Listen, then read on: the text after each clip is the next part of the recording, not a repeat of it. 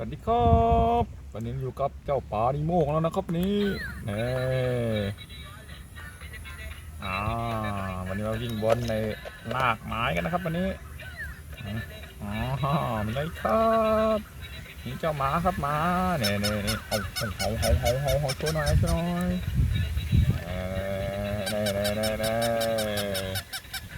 อ้าวตบฉลอมโยฉลอม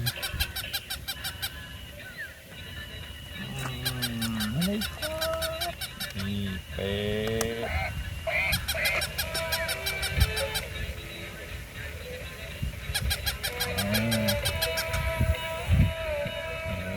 ไงครับนี่เขาคอยา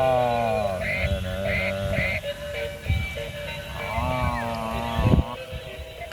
ครับอีกคนห่อจุดนี่จระเข้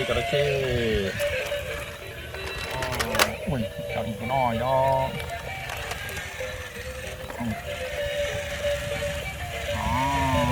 นี่นี่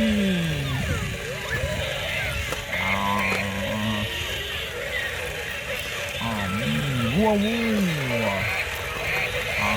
โอ้โหบับเบิ้ล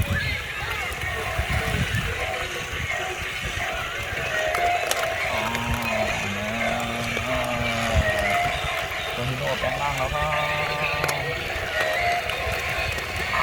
แล้วก็ยาว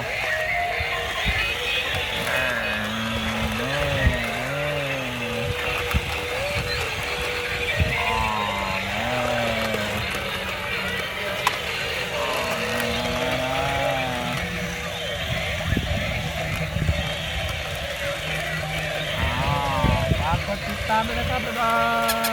ย